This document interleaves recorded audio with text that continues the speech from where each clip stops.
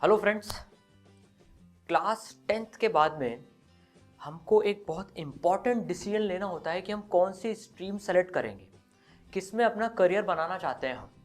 हमें stream select करनी पड़ती है। अब ये जो डिसीजन हम लेते हैं ये बहुत इंपॉर्टेंट डिसीजन है। अब या तो हमको पता होता है यार, हमें एक्सपोजर मिल चुका है कि हमें क्या करना है। एक केस ऐसा होता है, और केसेस कैसे होते हैं कि हमें पता नहीं है कि क्या करना है, लेकिन हम कई बार डिसीजन किस बेसिस पे ले लेते हैं कि साहब 10th बोर्ड में हमारे जैसे नंबर आएंगे उसके हिसाब से हम डिसाइड कर लेंगे। फॉर एग्जांपल, अगर हमारे 85% से ऊपर आए क्लास 10th बोर्ड्स में तो हम साइंस स्ट्रीम ले लेंगे। 60 से 80 के बीच में आए तो हम कॉमर्स ले लेंगे। 60 से नीचे आए तो हम आर्ट्स ले लेंगे। ऐसे भी कई लोग डिसीजन ले लेते हैं। और कई केसेस कैसे होते हैं कि हम 5-6 लोगों का ग्रुप है, भाई हमारे फ्रेंड्स ये ले रहे हैं, कॉमर्स ले रहे हैं, इंजीनियरिंग ले रहे हैं या मेडिकल ले रहे हैं, तो चलो हम भी वो ले लेते हैं। भेड़ चाल में डिसीजन हो जाता है। और कई बार तो डिसीजन कैसे भी होते हैं, हमारे सामने कुछ स्टोरीज आती है सोसाइटी से, कोई हमको स्टोरीज बताता है, पता है वो भैया ने पता है ये करा और उनका पैकेज देख कितना बड़ा है। वो बड़ा बड़ा पैकेज जो है वो हमारे सामने आता है। ये दीदी ये देख इन्होंने ये करा, ये ऐसा होता है। तो कई बार डिसीजन 1-2 स्टोरीज के हिसाब से भी हो जाता है। भाई 1-2 डेटा पॉइंट से हम हमारी लाइफ का इतना इंपॉर्टेंट डिसीजन ले लेते हैं। देखिए, क्लास 10th के बाद में आप जो भी डिसाइड करेंगे तो आपको क्लास 11-12 उसी स्ट्रीम में बितानी है, वही सब्जेक्ट्स पढ़ने हैं। उसके बाद में जब आप कॉलेज में जाएंगे, आपका कॉलेज 3 साल का हो सकता है, 4 साल, 5 साल का, डिपेंडिंग ऑन स्ट्रीम आप क्या सेलेक्ट कर रहे हैं, वो साल भी आपको उसी फील्ड में बिताने हैं। तो भैया आपकी स्टोरी है, ये जो साल है, जो आपके बहुत इंपॉर्टेंट साल है लाइफ के, ये आपको स्पेंड करने, ये आपकी कहानी है। भैया और वो दीदी की उनकी कहानी थी, वो एक हो सकता है आपका इंटरेस्ट उनकी कहानी में नहीं हो, उनका इंटरेस्ट कुछ है, आपका इंटरेस्ट कुछ और हो। भाई वो भी तो मैटर करता है, क्योंकि ये जो ईयर्स हैं ये आपको स्पेंड कर रहे हैं, ये आपकी लाइफ का डिसीजन है। तो 1-2 ऐसे डेटा पॉइंट से डिसीजन ना लें कि साहब वो ठीक है, चलो यार इंटरेस्ट नहीं तो भी ठीक है, कहीं ना कहीं तो पहुंच जाएंगे, वैसे करके इतना इंपॉर्टेंट डिसीजन हमको नहीं लेना है। ये आपकी कहानी बनने जा रही है और इसमें लीड रोल आपको ही प्ले करना है। कोई भी XYZ भैया दीदी, कोई भी अंकल आपकी इस कहानी में लीड रोल प्ले नहीं करेंगे आपके बदले का, आपको ही करना है। तो इस इतने इंपॉर्टेंट डिसीजन को फिर हम कैसे लें, क्या अप्रोच रखें इस डिसीजन को लेने के लिए, ये हम डिस्कस करने वाले हैं। अब देखिए, हमारा इंटरेस्ट किसी भी फील्ड में हो सकता है, डिपेंडिंग ऑन हमारी नेचर कैसी है, हमें क्या चीज़ फैसिनेट करती है, हमारा पैशन क्या है। हो सकता है हम साइंटिस्ट बनना चाहते हैं, हो सकता है हमें IAS बनना हो, एडमिनिस्ट्रेटिव सर्विसेज में जाना हो सकता है हमारी इच्छा, इंटरेस्ट हमारा डिफेंस सर्विसेज में जाने का हो सकता है हमें डॉक्टर बनना हो, इंजीनियर बनना हो, हमें MBA करना हमें हो सकता है फैमिली बिजनेस में इंटरेस्ट आता हो, उसको संभालना हो, कुछ भी हो सकता है। देखिए, ये इंडिविजुअल टू इंडिविजुअल डिपेंड करता है। और जब आप अपने इंटरेस्ट और पैशन को फॉलो करेंगे तो उससे आपको सक्सेस मिलेगी, एंड मोर इम्पॉर्टेंटली उससे आपको हैप्पीनेस डिराइव होगी। ठीक है, तो अब देखिए, जो हमारा इंटरेस्ट और जो पैशन है उसको फॉलो करने के लिए अगर हम साइंटिफिक अप्रोच लेंगे तो मज़ा आ जाएगा एकदम। रैंडमली नहीं भाई ठीक है ये थोड़ी सी देर में डिसाइड कर लिया और हो गया काम, नहीं, उसको साइंटिफिक अप्रोच से करेंगे। तो देखिए, इसमें साइंटिफिक अप्रोच से करेंगे तो हमारी जो डिसीजन मेकिंग होगी वो इन्फॉर्म्ड डिसीजन मेकिंग होगी एंड सिस्टमैटिक डिसीजन मेकिंग होगी वो एक। तो देखिए, अपन क्या करेंगे, 2 चीज़ों के बारे में हमको सोचना है और ये सब चीज़ें हम लिखेंगे, ठीक है ना, हवा में नहीं, ये सब चीज़ें हम लिखेंगे। पहली चीज़ डेस्टिनेशन, हमारी मंजिल क्या है, और दूसरी चीज़ उस डेस्टिनेशन तक पहुंचने के लिए जर्नी क्या है, रास्ता क्या है। तो 2 चीज़ों के बारे में हमको सोचना है, डेस्टिनेशन एंड जर्नी। अब देखिए, ये जो डेस्टिनेशन और जर्नी की हमने बात करी, इसको हम एक एग्जांपल से समझते हैं। मान लीजिए हमारा इंटरेस्ट है, हमारा पैशन है, मान लीजिए सोसाइटी की सर्विस करना, आफ्टर बिकमिंग अ डॉक्टर, हमें डॉक्टर बनना है और हम सोसाइटी की इस तरह से सर्विस करना चाहते हैं। ठीक है, बहुत अच्छी बात। तो देखिए, जरूरी नहीं कि आपको डॉक्टर ही बनना हो, ये जैसे एग्जाम्पल ले रहे हैं हमें कभी, ठीक है ना। तो देखिए, इसमें आपका डेस्टिनेशन क्या हो गया, हम ये सीख रहे हैं कि हमारा डिसीजन मेकिंग में क्या अप्रोच रखें। तो देखिए, इस केस में हमारा डेस्टिनेशन हो गया भाई हमको डॉक्टर बनना है, ठीक है।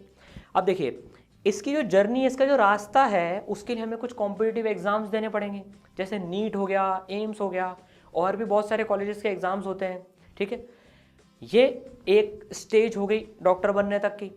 अब नीट और एम्स या जो भी इसके कॉम्पिटिटिव एग्जाम्स हैं, उसके लिए हमें क्या क्या सब्जेक्ट्स पढ़ने हैं। अब हम जर्नी पे फोकस कर रहे हैं। देखिए, डेस्टिनेशन हमने लिख लिया अपना डॉक्टर, ठीक है, उसके लिए हमें कुछ नीट एम्स जैसे कॉम्पिटिटिव एग्जाम्स देने होंगे। अब इसके लिए हमें किन किन सब्जेक्ट्स को पढ़ना पड़ेगा, तो देखिए बायोलॉजी, फिजिक्स एंड केमिस्ट्री, ये 3 सब्जेक्ट्स तो हमको इनके लिए पढ़ने पड़ेंगे। बाकी फिर कुछ ऑप्शनल सब्जेक्ट्स भी होते हैं, डिपेंडिंग ऑन आप कौन सा बोर्ड लेते हैं और कौन सा ऑप्शनल सब्जेक्ट लेना चाहते हैं।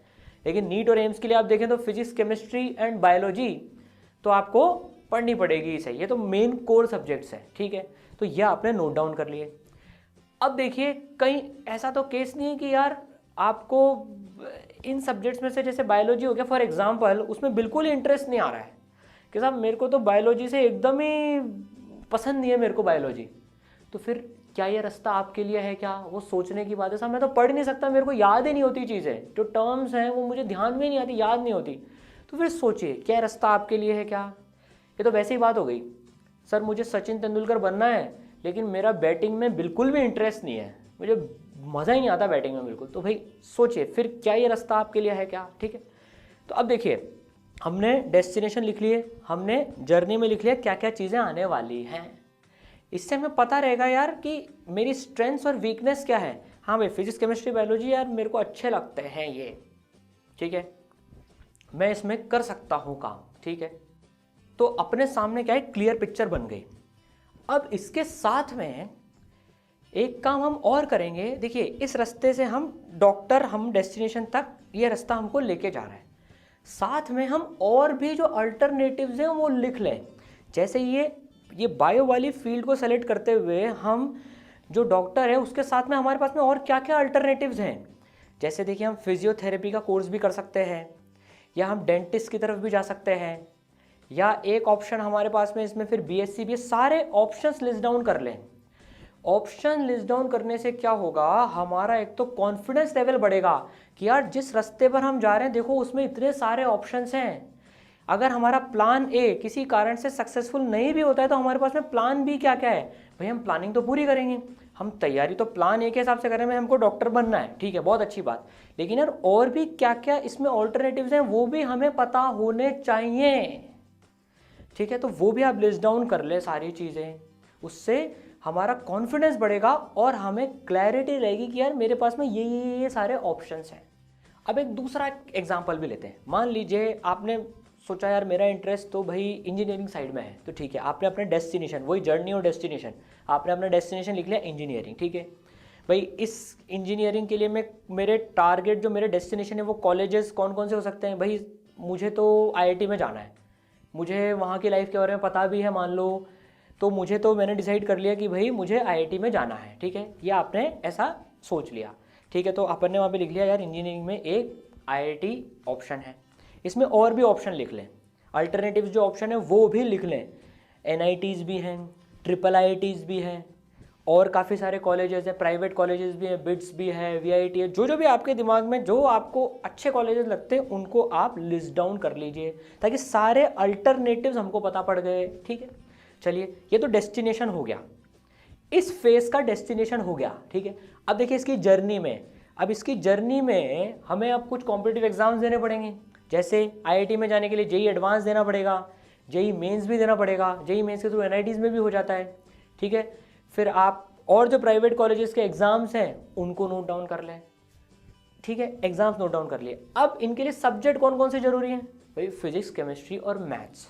फिजिक्स, केमिस्ट्री और मैथ्स जो हैं ये सब्जेक्ट मेरे को पढ़ने होंगे इन 2 साल 11th and 12th to get to my destination. अब आप उसमें हिसाब लगा लीजिए, क्या मेरी स्ट्रेंथ है, क्या मुझे ये एनालिटिकल सोचने और इसमें मज़ा आता है क्या? बिल्कुल आता है। मेरा पास जो एक्सपीरियंस है स्कूल में भी मेरे ये सब्जेक्ट्स अच्छे रहे हैं, मैं कर सकता हूँ, बिल्कुल मैं कर सकता हूँ, तो ये पाथ मेरे लिए सही है। तीसरा एग्जाम्पल है, मान लीजिए आपने कॉमर्स करने की सोची, तो उसका डेस्टिनेशन कि साहब मुझे तो सीए बनना है, मुझे नंबर्स और इसमें बहुत मज़ा आता है, मुझे अकाउंट्स और इसमें इंटरेस्ट है, ठीक है, मुझे सीए बनना है, या मैं किसी सीए से इंस्पायर्ड हूँ, मुझे ये प्रोफाइल अच्छी लगती है, तो आपने अपना डेस्टिनेशन लिख लिया, फिर सीए बनना है, मुझे कॉमर्स फील्ड में जाना है। अब इसके लिए आपको कुछ एग्जाम्स फाइट करने होंगे, बिल्कुल कॉम्पिटिटिव एग्जाम्स देने होंगे, सीए का एग्जाम आपको देना होगा, ठीक है। उसके लिए अब कौन कौन से सब्जेक्ट चाहिए होंगे वो लिख लीजिए यहाँ पर।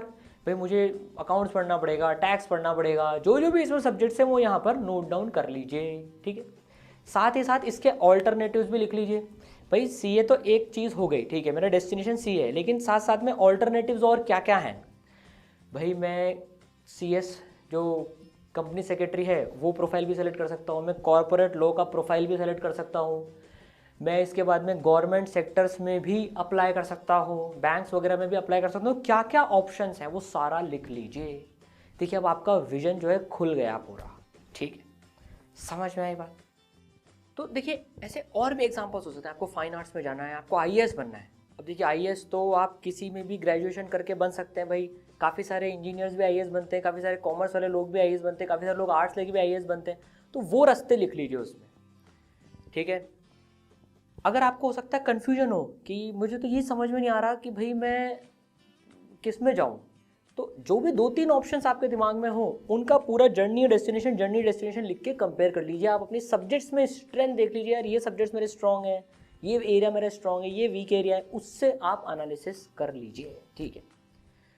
अब दूसरी बात आती है कि ये जो सारे ऑप्शंस हैं, भाई हमने तो अभी 2-3 ऑप्शंस वगैरह बताए, लेकिन इनके बारे में और डिटेल्ड जो जानकारी है वो हम कहाँ से ले सकते हैं। देखिए गूगल बाबा से पूछ लीजिए, हुआ काफ़ी सारी जानकारी आपको वहाँ से मिल जाएगी। और दूसरा तरीका, आप लोगों से मिलिए।